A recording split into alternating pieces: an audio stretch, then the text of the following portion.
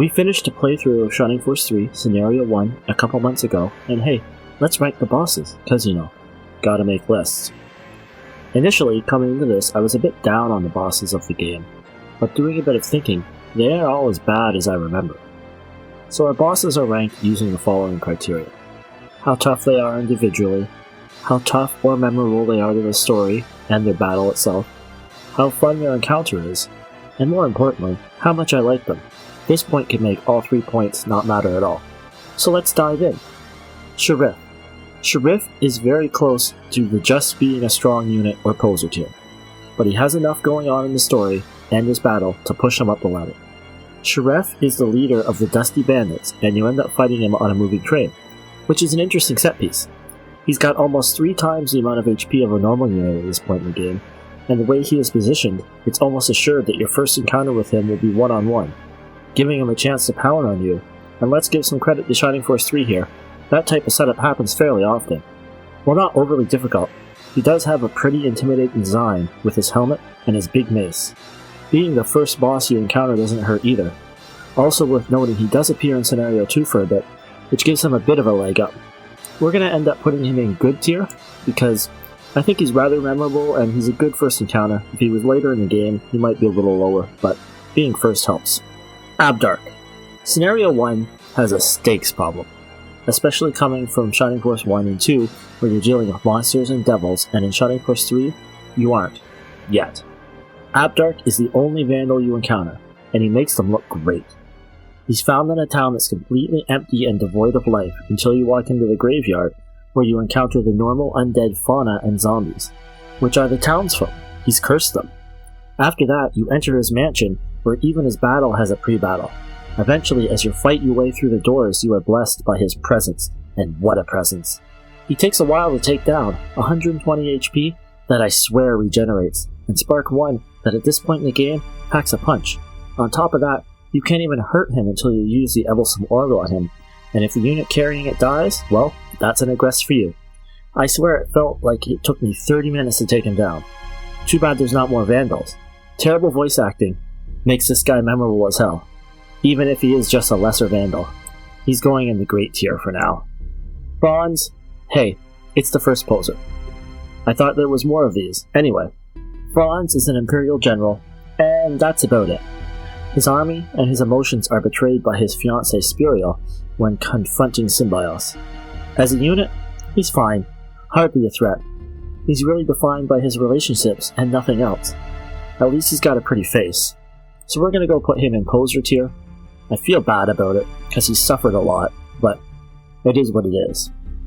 Spiriel gives me strong Lemon from Shining Force 2 vibes. He's an elite Imperial General who ends up getting brainwashed by Visanda to do her bidding. You actually fight her seriously twice. The first battle to save the Eldelsome statue, which needs to stand to contain the Vandals, Evil, Bad Juju, I honestly can't remember. This is her true boss fight, and while she hits hard and has high HP, she's not exactly special as a unit. But it needs to be pointed out, she does succeed in destroying that statue. That's Kefka level energy there. You fight her again in Chapter 6 as part of the Visanda battle, where she exists as a mini-boss. She has close to the same stats she did in the previous encounter, so she's not that scary, and she can be slept and left alive so that you can deal with Visanda. If she lives that battle, she has an "oh my god, what have I done" moment and runs off to collect herself. As a unit, she's not special, but as a character she delivers a story that continues throughout the game and grows to be quite important. So we're going to end up putting her in great and below Abdark, because I really like the Abdark encounter. This is Garza, a general in the Imperial Army. Garza almost falls into the "I'm just a strong unit and nothing else" trap, but during the battle at the end of Chapter 3, some story happens that's somewhat interesting. He teams with a turncoat Republican named Edmund. They join forces to defeat Symbios. During the battle, Garza turns on Edmund and pushes him off a cliff. Did I mention this fight includes crossing a bridge high above a waterfall that my PC struggles to emulate all the time? Well, it does. Anyway, Garza betrays Edmund and sends him to his doom. So that's something at least. As a unit, he just exists, stronger than a standard unit, but nothing special. I think we're going to end up putting Garzel in as a pass. Fafard. Fafard is a bit of a tragic character. He's a bit of a dolt. He's left in charge of the Republic when Benetraff gets abducted at the start of the game, and while he's in charge, things aren't great due to a drought. That sounds like it's his fault, but it's not his doing. He thinks Benetrim and the others are stealing food and money, corrupt politicians. So he confronts them, and battle ensues. He loses, of course, since again, he's not much more than a normal unit with a sword, though he does have a spell and freeze too, which I guess makes him a bit better, but still uninspired. Folali puts him down after we spare his life. He's very much a token character, albeit a bit of a depressing one. Oh, and I guess Benetrim wasn't stealing money, unless he used his iron fist to suppress that rumor too. We're going to end up putting Fafard below Sharif, but still in the good tier. Folali looks like he could use some sleep. He's one of the more important characters in Scenario 1, part of the 4 Bulls of Monks, a group who appears to be pulling all the strings behind the scenes to cause the increased distress between the Empire and the Republic.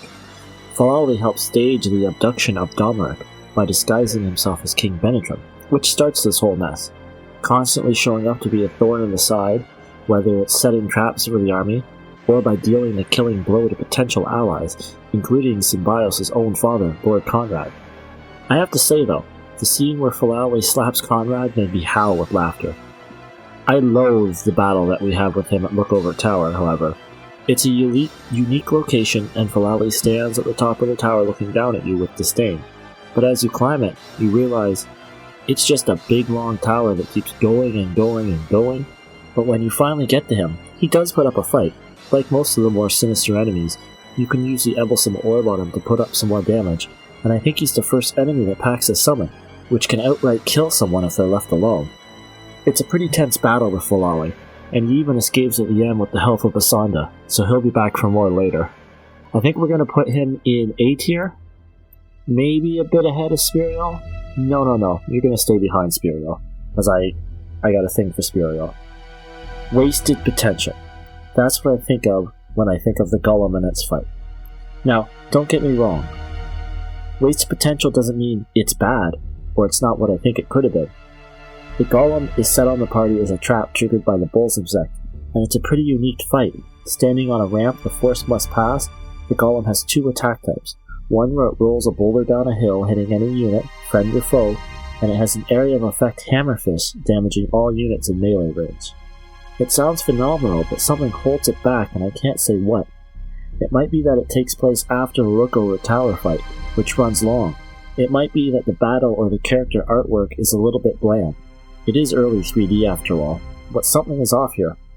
Or maybe it's that it doesn't actually have much of a character or lore aside from the battle it's in. It sort of comes out of nowhere. Whatever it is, something keeps this fight at great status, and not in the legendary status where it should be. It's also going to be at low grade. I really think this guy should be as memorable as a Laser Eye, or as memorable as a Kraken from Shining Force 2, but it just isn't. Bigger is better, and the Queen Worm is certainly a member of the Bigger is Better crowd. The worm is actually being controlled by the Bulls and Monks to attack you, so sadly, it's not acting of its own free will. It hits hard, deals poison damage, and has a fight that, while not memorable, isn't bad by any means.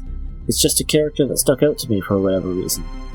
I've given no reason why it should be ranked at good tier, other than I like it, but this is my tier list, and that's all that matters. I look down on Wilmer a lot, calling him Wimpy Wilmer, Whiny Wilmer, etc., but that's not completely fair to the guy. Wilmer looks like a traitor, and he sort of is, but he has his reasons. When you first show up in Mallory, he blocks you from talking to your cousin Tristis, and eventually leads you into a trap in the courtyard, where Symbios and Donteris have to fight off a whole whack of enemies alone. It can be fun and challenging to try to survive with just the 2 of them, and then to rescue them once your force shows up. Unfortunately, once your force shows up and the real battle begins, it's nothing special, just like old Wimpy Wilmer. Oh, and the reason he betrays you? The Bolsum sect kidnapped Tristis' son, so he's sort of betraying Symbios to save the child, which is at least a little admirable. Close to just a person with a sword territory, but I think there's enough to push him over the hump. We're gonna put him in a pass. Braff though? Braff is real close to poser territory. What saves him from being there? Is it that he's really hard to take down once you fight him? No, he's not really anything special. Is it that he's Fafard's son out for revenge after the death of his father? Oh, and did I mention he's also Visanda's son? Yeah, that really doesn't help him much either. What elevates him? I love how his battle is laid out. Just like the General Elliot battle in Shining Force 1, you are set up as two opposing armies on the opposite side of the map. But unlike Elliot, Braff doesn't flinch and send his units out in waves. He holds steady and makes you approach. So once you finally hit his lines, it's a ferocious firefight, with units all bunched together, Spark 2s flying everywhere. It's awesome. Honestly, he'd rank even higher in the game if you even care about him at all. At least he doesn't die. Visanda shows up in the end, so he could be seen again in later scenarios. And with Braff, we're going to put him in the good tier. Yeah, we're going to put him ahead of Sharif, because like I said, I adore his battle. I don't know why I like Visanda more than Folali. If I had to guess, it's because she's more important to the endgame. She's the second to last battle you encounter, and you need to stop her to stop the Colossus, which controls the Ebelson staff. She mind controls Spiriel to do her bidding, and I rate Spiriel pretty highly too. Her boss battle takes place in the Aspia Catacombs, and like many Scenario 1 bosses, you are driven down a narrow corridor, leaving you open to area of effect spells. Luckily, she has summon magic, which I guess makes that better, because that gets split across your units to do less damage. Did I mention she also has Spiriel under her control for this battle too? And if you're trying to be cute, and you really want to keep her alive when you engage Visanda, well, that just creates a situation ready to spiral out of control. She also has a habit of saving people from death. She saves both Folali and Braff, and there's always a spot in my heart for her. And, well, we're gonna have to put her above Folali. Look at this unit. The Colossus is talked about throughout the game. You are warned that Bolson controlling it will be terrible, and when you finally come face to face with it, it was all true. The Colossus isn't a being with personality. It's just an enormous killing machine. Thankfully, when you finally fight it, it's no longer under the control of the bulls and monks, but it's running untethered in Aspia. So in the fight, it will attack both your party and the enemy with a variety of deadly, resource-draining attacks. And I say resource-draining because this isn't a battle you can win. Well, technically you can if you want to whittle down at 6,000 HP worth of health. No, this is a battle where you survive. And as you fight this behemoth, you're split force, and usually your weaker characters are off in another battle where they have to defeat a minor boss to cause the river to flood, so this monster can be washed away. So this makes this side battle tense as well, as you want to be aggressive to save your main force, but you only have your weaker characters, so if you're too aggressive, things could go badly. This beast is a legend, and I won't soon forget this encounter. After you finish him, you get to Arant. Too bad Arant is lame. To be fair to the guy, I'm grading him as an end boss. If he was just a guy you encountered along the way, he'd feel better. But this is supposed to be it. He's the final boss. And he's lacking. Arant is the son of Emperor Domeric. His older brother is Majoron, and his younger brother is Median. He wants to be the Empire so much that he conspired with Bolson to conquer the Republic, and prove himself in the eyes of the populace to be greater than his father and older brother, leaving them no choice but to make him Emperor. He may even resort to foul play to get rid of his family. He has little regard for the Republic's citizens, ordered them slaughtered if they get in the way, and in order to ensure the least amount of resistance when conquering Aspia, he abducts Tristus' son Algernon to keep Tristus from interfering in the final battle. In battle, he has the meat, 600 HP. He even has 2 moves per turn, unlike anyone else. But did you know he doesn't move, and one of those is a melee attack? So yeah, he attacks once per turn with Bolt 3. And yeah, you've got aura by this point, you've got healing drops, and well, it just makes for a boring fight. Even his HP pool hurts him here, since this is a battle is never in doubt once you've got the strategy down. It's just an endurance test. And that's all there really is to our rant. Seriously, I drove through the game's text to try to find anything I'm missing. For a bigger boss, this would be decent depth, but for the bridal boss, he doesn't measure up.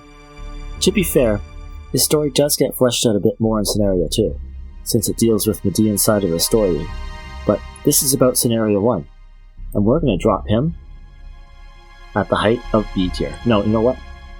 Braff, you're ahead of him. Your battle's awesome. And that's our list. Think I made a mistake? Comment and let me know. I do make lots of them. Like, subscribe, and all that fun at the end of the video YouTube jazz you gotta say. Take care, and just thanks for taking the time to watch.